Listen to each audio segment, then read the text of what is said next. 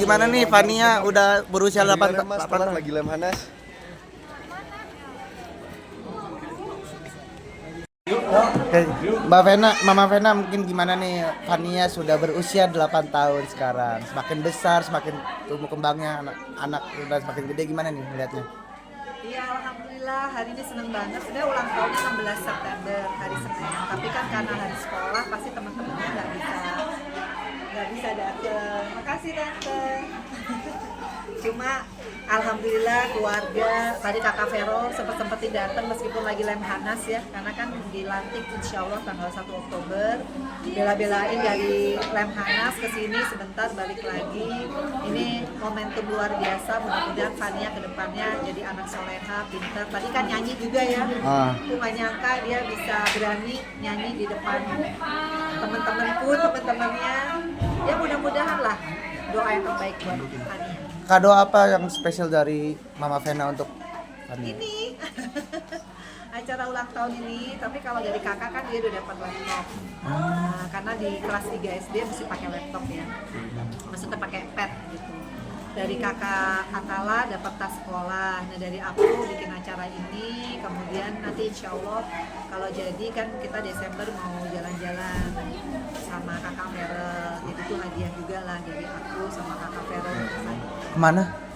Kan kata kakak ke Amerika, kebetulan visanya udah ada kita kan. Ya mudah-mudahan deh semuanya terwujud. Dia seneng banget, dia belum pernah lihat salju kan, Fania. Nah mungkin jadi makin protektif nggak sih Mama Vena terhadap anak, ibaratnya kan anak cewek satu-satunya, terus udah makin besar juga dengan pemberitaan di luar tuh lagi rame-ramenya tentang anak perempuan dan lain-lain. Mama Vena sendiri seperti apa? Ya yang pasti pokoknya kalau untuk anak perempuan ya pasti kita akan lebih protektif ya, karena kan apalagi Fania ini anaknya sangat suka sosialisasi, bergaul. Jadi aku udah ngomong nanti kamu kalau ABG kemana-mana harus sama mama ya. Makanya aku juga sekarang pekerjaan kan cari yang benar-benar bisa ngikutin jadwalnya Fania. Jadi aku sekarang akan jemput dia sendiri, les juga aku, jadi supaya aku bisa memantau dia perkembangannya seperti apa.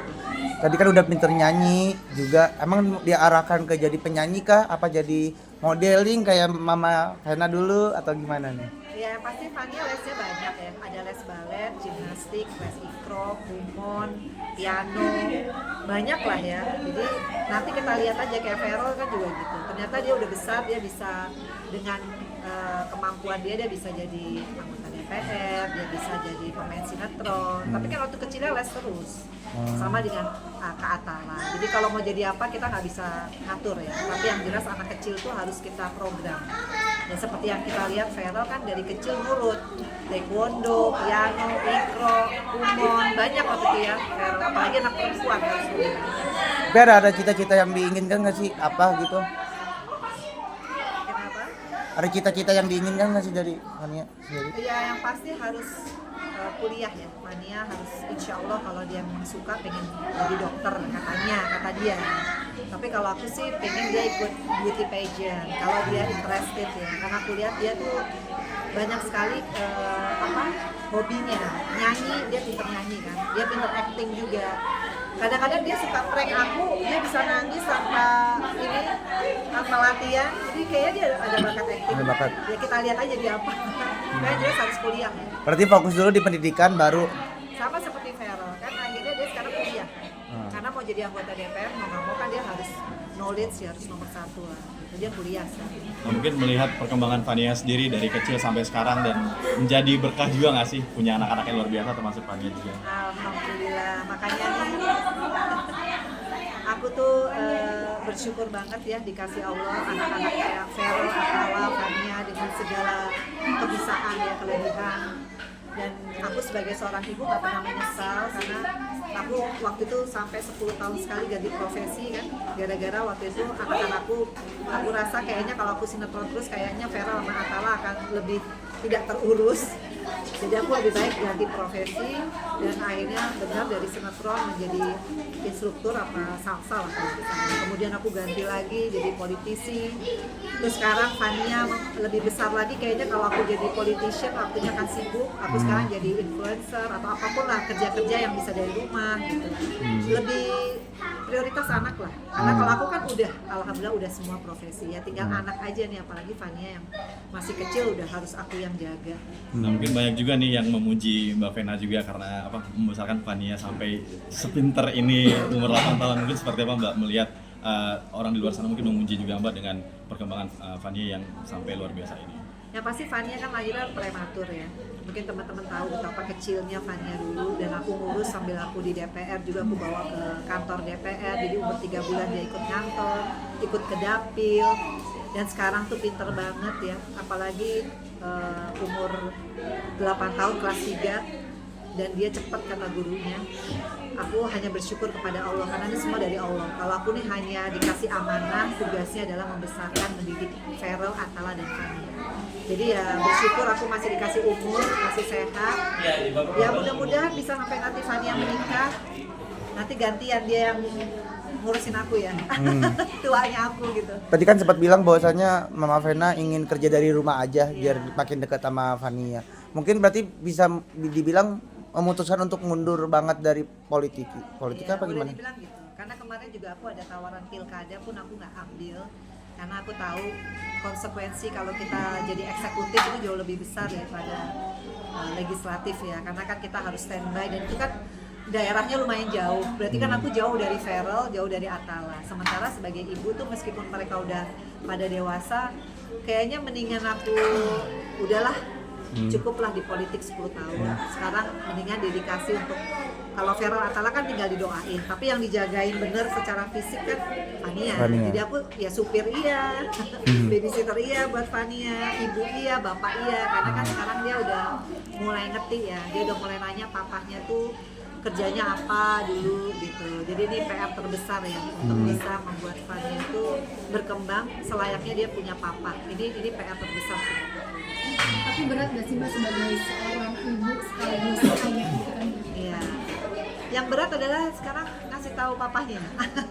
Gitu sih. Tapi mudah-mudahan dia ngerti papahnya, bahwa udah aku memberikan dia pemahaman bahwa ya mamahnya ya papahnya. Jadi kamu gak usah kecil hati. Karena dia pernah bilang, apa di dunia ini cuma aku yang gak punya papahnya. Karena kan dia lihat dari sepupunya semua tuh kalau dimanja sama bapaknya dia tuh kayak senyum tapi getir gitu. Aku langsung bilang udahlah, mama tuh bisa jadi papa. Jadi nggak usah kecil hati. Tapi mama aja punya papa ya, kamu punya papa sih. Itu yang paling berat kalau dia lagi ngomongin soal papa. Karena aku yang nggak bisa fulfill ya untuk itu sih. Gitu. Sip. Oke, mungkin harapan terakhir buat Fania yang sekarang udah 8 tahun nih, mungkin kedepannya gimana? Iya, pokoknya buat Fania Tabina, kamu tadi nyanyi keren banget. Mama nggak nyangka Fania makin hari makin pinter, sholatnya juga makin bagus ya.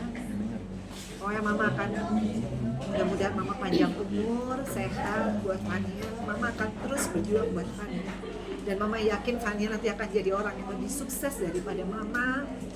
Pokoknya jadi anak yang membanggakan dan mengangkat derajat harkat martabat keluarga yang namanya. I love you Fania. Oke, makasih. Tante terakhir mungkin mengenai tanggal 23 nanti Tante yang sidang lanjutan. Sedikit. Sedikit aja Tante. Ini mudah-mudahan jadi yang terakhir ya untuk menyelesaikan masalah perceraian aku. Dan aku insya Allah kalau memang nanti harus hadir, insya Allah aku akan hadir supaya juga aku pengen cepat selesai dan pengen menatap masa depan ya, karena kan ini sebenarnya udah lama banget, tapi ya kita ikutilah, memang prosedurnya kan seperti ini. Mungkin materi untuk kali ini mungkin ada yang beda dari sebelumnya. Nggak ada sih, ini hanya pengulangan untuk mengurus proses perceraian aja, cuma waktunya aja yang berbeda. Tapi aku udah lebih ini aja, udah lebih siap lah. Kalau dulu kan masih shock, masih udah deh. Tapi sekarang kayaknya ya udahlah, udah tinggal sedikit lagi. Ya doain aja mudah-mudahan ini selesai.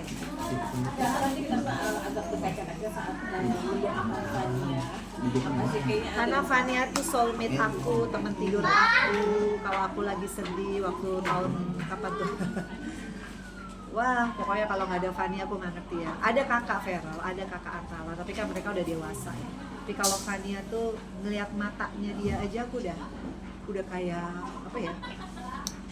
Jadi dia umur 10 hari ya, aku inget banget tuh dia natap-natapku aja aku udah jatuh cinta banget gitu. Jadi sekarang dia umur 8 tahun aku hanya bersyukur ya Allah, aku dikasih loh rezeki yang luar biasa gitu, lebih daripada uang, lebih daripada jabatan, karena dia membuat aku selalu stand up gitu.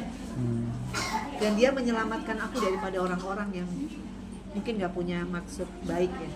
Percaya nggak percaya, aku memuliakan Fania. Feral dikasih Allah rezeki yang luar biasa. Percaya nggak percaya, Atala waktu itu mau dibegal apa juga punya rezekinya masing-masing. Percaya nggak percaya, aku ada yang mau jahatin, aku bisa selamat sampai detik ini. Ya pokoknya makasih banget buat Allah yang selalu ngasih aku sesuatu atau seseorang yang benar-benar menyelamatkan hidupku. Jadi Fania itu adalah guardian angel. Berarti anak-anak juga merupakan obat ya buat Mbak ya dari atas luka-luka kemarin yang Mbak Oh iya, rasain. apalagi ngeliat Feral nih mau dilantik, itu kan dejavu 10 tahun yang lalu aku yang dilantik. Sekarang aku bisa mengiringi anakku untuk bekerja, karena dia kan sebenarnya Gen Z ya, bisa mau masuk politik yang orang bilang sedemikian, temptation-nya luar biasa, tekanannya juga luar biasa, dia mau menjawab tantangan itu, aku udah bersyukur. Artinya dia melanjutkan karir politik mamanya. Ya udah waktunya, aku juga udah 52 tahun, ngurusin yang kecil aja. Jadi bisa dibilang Feral ini lebih fokus ke politik Iya. daripada kegiatan masyarakat. Mbak Pursa Kalau Feral itu orangnya perfeksionis ya, jadi urusan jodoh pasti dia lebih tahu lah yang terbaik buat dia. Dia tuh orangnya perfeksionis banget. Sama kayak Mungkin mamanya belum dong. nemu kali. Kalau aku Kayak mama. malah soal jodoh nggak perfeksionis. Nggak. kali ya. Kalau perfeksionis mungkin ya kayak gitu ceritanya. Tapi dia banyak sekali nurut dari aku untuk sosial. Jadi kalau dia jadi anggota DPR, aku rasa dia tepat karena cara dia ngomong. Apalagi sekarang ikut Lemhanas. Itu kan untuk meningkatkan dia punya idealisme, NKRI dia, pendalaman materi ya. Itu bagus banget. Ya aku bilang pokoknya kamu ikut Lemhanas full. Itu bagus banget kalau jadi anggota DPR ikut Lemhanas. Tante mungkin persiapan nanti sidang yang kedua kalinya untuk Tante sendiri seperti apa Tante? Persiapan Tante sendiri untuk nanti menghadapi sidang yang kedua kalinya? Nggak ada sih, biasa-biasa aja. Jadi masih trauma itu nggak sih Tante untuk bertemu dengan Oh aku doain kok, semuanya aku doain. Di sujud terakhir aku doain. Semua orang yang pernah deket dalam kehidupan aku doain. Mudah-mudahan dia juga bahagia dengan kehidupannya sekarang. Jujur saat ini aku nggak ada rasa kesel lagi, aku nggak ada rasa sedih. Ya udah kita doain sama-sama aja. Mudah-mudahan dia membaik, aku juga membaik kehidupannya dengan pisahnya ini. Berarti Mbak udah merasakan rasa ikhlas ya? Oh udah, harus ikhlas. Karena kalau aku nggak ikhlas, pertama kasihan Fania. Dan aku kemarin kolesterol tinggi ya. Jadi ternyata umur tuh nggak boleh kita terlalu overthinking. Dan kalau aku sayang sama anak-anakku, ya aku harus bisa manage pikiranku. Kolesterol aku 251, aku kaget banget. Ternyata efek dari yang kemarin berasanya sekarang. Jadi harus bisa meredam apapun. Jadi kalau kaget ya jangan kelamaan, sedih ya juga jangan kelamaan. Udahlah deh, udah kenyataannya begitu. Lama nggak sih Tante bisa ikhlas gitu, masih merasakan Di titik ikhlas? ini gitu. Iya, yang pasti kan waktu itu kan udah ngelewatin psikolog, udah ngelewatin psikiater, ngelewatin hipnoterapi, itu udah setahun udah lah ya. Tapi yang paling inti adalah ternyata keberadaan Fania tiap hari yang nempel sama aku, yang kita istilahnya mandi bareng, tidur bareng, liburan ke Bali bareng berdua doang. Itu ternyata membuat aku tuh healing, bahwa ngeliat anak ini aku bercermin kepada diriku kalau aku nggak sehat secara mental, terus dia jadinya apa? Karena kan dia ikonnya cuma aku, nggak punya bapak. Jadi kalau aku terpuruk terus nangis-nangis, terus apa yang aku legacy, apa yang aku bisa kasih? Kan aku nggak bisa kasih harta benda ya, termasuk kepada Feral, kepada Atala. Kalau aku di kamera nangis-nangis, terus legacy apa yang mau diturunin, dia nggak akan respect juga sama aku. Itu kan pilihan aku. Jadi sisanya ya aku harus bangkit, kalau enggak anakku juga apa sih nih gitu kan, itu kan pilihannya mama yang harus aku ini.